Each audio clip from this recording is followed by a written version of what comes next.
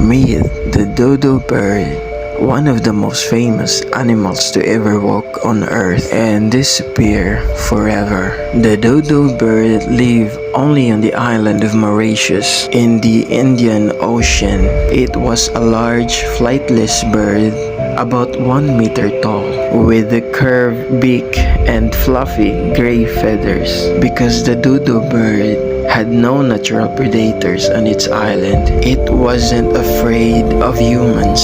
Sadly, when sailors arrived in the 1600s, they hunted the dodo birds for food and introduced animals like pigs and rats that ate its eggs. Within less than a century of its discovery, the dodo bird was completely extinct.